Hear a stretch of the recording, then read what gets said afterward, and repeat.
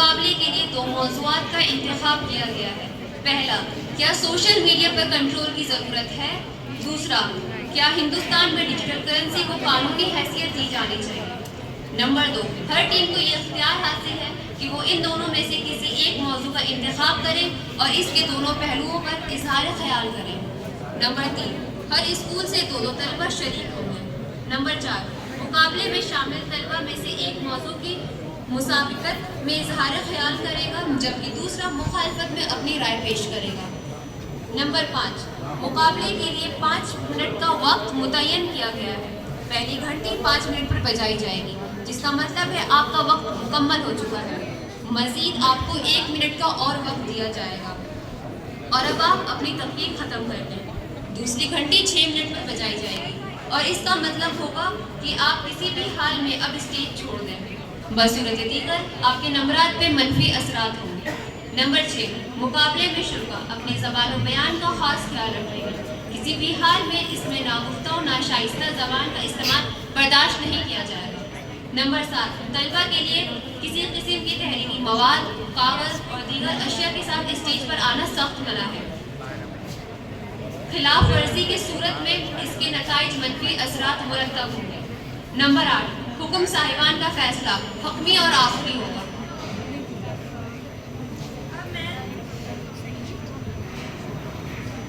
اب میں سید عابد حسین senior secondary school کی پہلی طالب علم آمنہ انصاری کو دعوت دیتی ہوں کہ وہ اسٹیج پہ آئیں اور اپنی اظہار خیالات کریں۔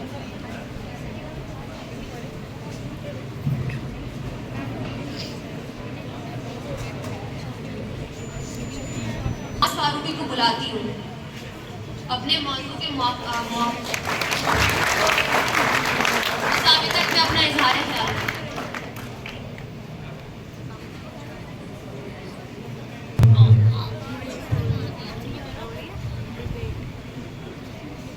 بزم کے مہمان خصوصی، حکم صاحبان، اساتذہ اکرام اور میرے عزیز دوستوں، السلام علیکم ورحمۃ اللہ وبرکاتہ۔ میں معاذ فاروقی، جماعت 12ویں، اس ایوان کی قرارداد کیا ہندوستان میں ڈیجیٹل کرنسی کو قانونی حیثیت دی جانی چاہیے کے تائید میں اپنی بات رکھوں گا۔ کھٹک رہی ہے غزل آج ان کو خاموشی، کھٹک رہی ہے غزل آج ان کو خاموشی، جو سچ کہیں گے تو سننا محال ہوتا ہے۔ میں اپنی بات یہ کہتے ہوئے شروع کرنا چاہوں گا کہ ہاں، ہندوستان میں ڈیجیٹل کرنسی کو قانونی حیثیت دینا ایک فائدہ مند قدم ثابت ہو سکتا ہے، کیونکہ ہم سب آج ایک ایسے دنیا میں رہتے ہیں جہاں ٹیکنالوجی تیزی سے ترقی کر رہی ہے۔ ڈیجیٹل کرنسی بھی اس کا ایک حصہ ہے۔ ڈیجیٹل کرنسی کہے تو کرپٹو کرنسی جیسے بٹ کوئن، ایتھیرم کو مالیاتی لین دین کا نیا طریقہ سمجھا جا رہا ہے۔ بہت سے ممالک اسے قانونی حیثیت دینے پر غور کر رہے ہیں، تو ہمارے ملک کو بھی چاہیے کہ اسے قانونی حیثیت دینے پر غور فرمائے۔ اس کے کئی سارے وجوہات پیش کیے جا سکتے ہیں۔ اس کی سب سے پہلی وجہ ہے معاشی شفافیت۔ ڈیجیٹل کرنسی کے ذریعے پیسے کے لین دین کا ریکارڈ بنایا جا سکتا ہے۔ اس سے ملک میں بدعنوانی اور کالا دھن کے خلاف یہ ایک انتہائی ضروری قدم یا کہے تو ہتھیار ثابت ہو سکتی ہے۔ اس سے لین دین کے سارے ریکارڈ بنائے جا سکتے ہیں۔ یہ ہمارے ملک کی معیشت کو صاف اور شفاف بنائے گا۔ اس کی دوسری اہم وجہ ہے کہ ہمارے ملک کی معیشت کو کیش لیس معیشت کی اور لے جا سکتی ہے۔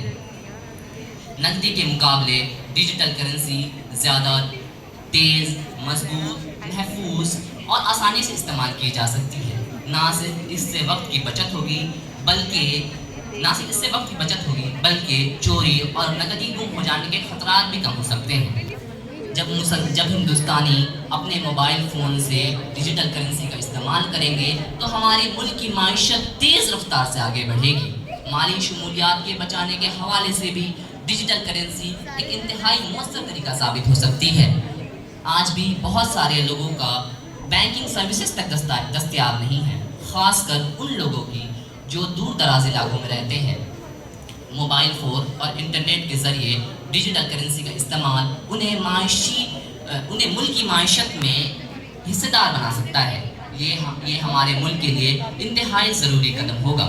ڈیجیٹل کرنسی کا بین الاقوامی تجارت میں بھی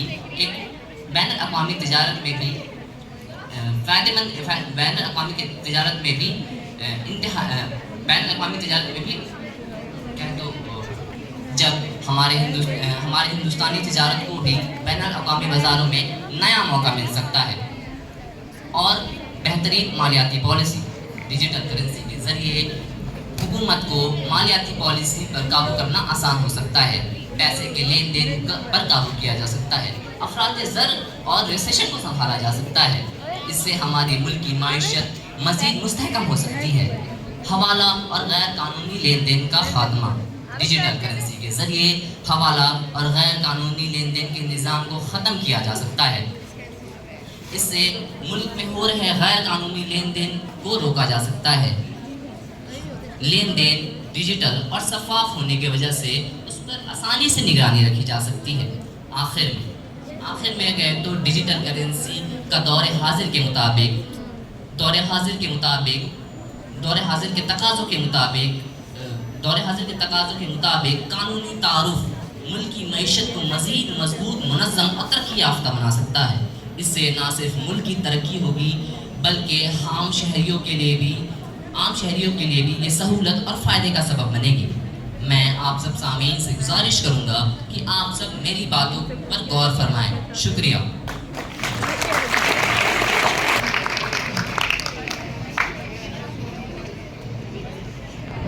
مذہب کے مہمان خصوصی، حکم صاحبان اور عزیز ساتھیوں، السلام علیکم ورحمۃ اللہ وبرکاتہ۔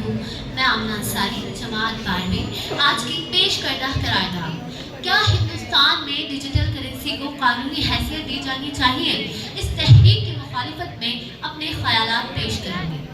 ابھی میرے قابل دوست بڑے ہی پرزور انداز میں کرپٹو کرنسی کی تعریفوں کے پل باندھے ہوئے تھے، لیکن جو شجاعت میں وہ شاید یہ بات بھول گئی کہ جھوٹ کو چاہے کتنے ہی خوبصورت انداز میں پیش کیوں نہ کیا جائے، اس سے خیر و عافیت کے چشمے کبھی نہیں پھوٹ سکتے۔ ڈیجیٹل کرنسی کا نفاذ ہر طرح سے فائدہ مند اور مثبت قدم ہے۔ میں یہ مانتی ہوں کہ ڈیجیٹل کرنسی کے فوائد ہو سکتے ہیں، لیکن ہمیں اس کے سنگین ترین نقصانات پر بھی غور کرنا ہوگا۔ پیسوں کی بوچھار میں لوگ رہے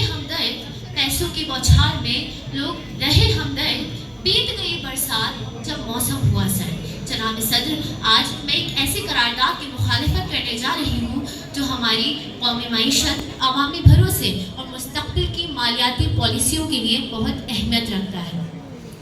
ہم سبھی اس بات سے اچھی طرح واقف ہیں کہ ہندوستان ایک ترقی پذیر ملک ہے، اور ایسے میں ڈیجیٹل کرنسی کو قانونی حیثیت دینا ایک خطرناک قدم ثابت ہوگا۔ اس کی کئی وجوہات ہیں جو میں آپ کے سامنے پیش کرنے جا رہی ہوں۔ سب سے پہلی اور اہم بات یہ ہے کہ ڈیجیٹل کرنسی کی قیمتیں غیر مستحکم ہوتی ہیں۔ ڈیجیٹل کرنسی کی قیمتیں ایک دن میں بہت زیادہ بڑھ یا گر سکتی ہیں۔ مثال کے طور پر بٹ کوائن کی قیمتیں کبھی آسمان کو چھوتی ہیں تو کبھی زمین پر آ جاتی ہیں۔ اس طرح کا عدم استحکام ہماری معیشت کے لیے خطرناک ثابت ہو سکتا ہے۔ ایسے میں اگر ڈیجیٹل کرنسی کو قانونی حیثیت دی جاتی ہے تو اس کے ہمارے ملکی مالیاتی نظام پر منفی اثرات مرتب ہوں گے۔ ہندوستان کی معیشت ابھی ترقی کے مرحلے میں ہے، اور ایسے میں غیر مستحکم اقدامات کرنا ہماری ملکی مالیاتی نظام کو مزید کمزور کر سکتا ہے۔ اس کی دوسری سب سے بڑی وجہ سیکیورٹی خدشات اور غیر قانونی سرگرمیاں۔ ڈیجیٹل کرنسی کی سب سے بڑی خامی یہ ہے کہ اس کو خفیہ طور پر استعمال کیا جا سکتا ہے۔ اس کی وجہ سے حوالہ، دہشت گردی کی معاونت اور دیگر غیر قانونی سرگرمیوں میں اضافہ ہوتا ہے۔ کرپٹو کرنسی کا لین دین نامعلوم ہوتا ہے، جس کی وجہ سے ایک مجرم آسانی سے اپنی غیر قانونی سرگرمیوں کو چھپا سکتا ہے۔ ہندوستان جیسے ملک میں جہاں پہلے ہی داخلی اور خارجی سیکیورٹی چیلنجز موجود ہیں، وہاں کرپٹو کرنسی کو قانونی حیثیت دینے سے سیکیورٹی مسائل میں مزید اضافہ ہو سکتا ہے۔ تیسری اہم وجہ قومی معیشت پر حکومت کا کنٹرول کم ہو جانا۔ روایتی مالیاتی نظام میں حکومت کا مکمل کنٹرول ہوتا ہے، جو کہ مرکزی بینکس کے ذریعے اپنی مالیاتی پالیسیوں کو نفاذ کرتی ہے اور معیشت کو مستحکم رکھنے کے لیے اقدامات کرتی ہے۔ لیکن کرپٹو کرنسی کے معاملے میں معیشت پر کنٹرول کرنا حکومت کے لیے مشکل ہو جاتا ہے، کیونکہ یہ کرنسی کسی مرکزی اتھارٹی کے تحت نہیں ہوتی۔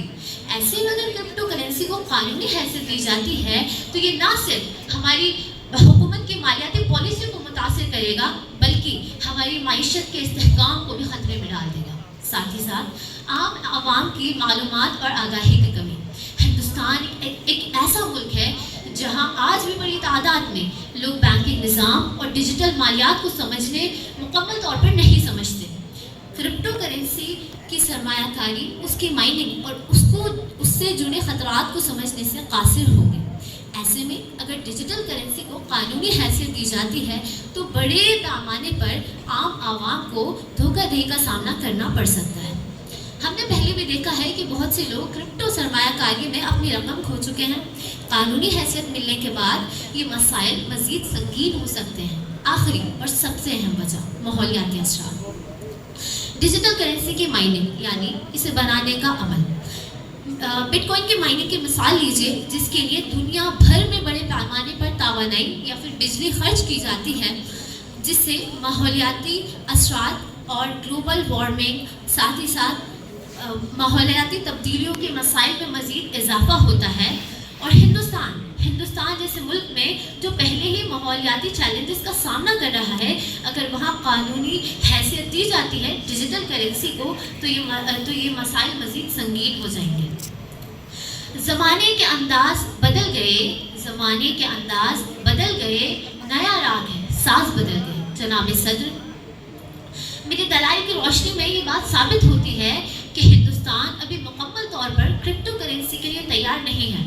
پہلے ہمیں عوامی سطح پر بنیادی ضروریات کو پورا کرنا ہوگا، اور جب تک یہ مسائل پوری طرح حل نہیں ہو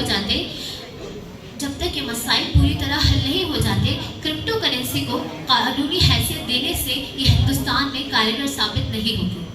ہمارا خواب ایک جدید اور ڈیجیٹل ہندوستان کا ہو سکتا ہے، لیکن ہمیں حقیقت کی آنکھوں سے دیکھنا ہوگا کہ موجودہ حالات میں اس خواب کو پورا کرنا مشکل ہے۔ آخر میں درخواست کروں گی کہ آپ سبھی میری بات پر غور کریں۔ شکریہ۔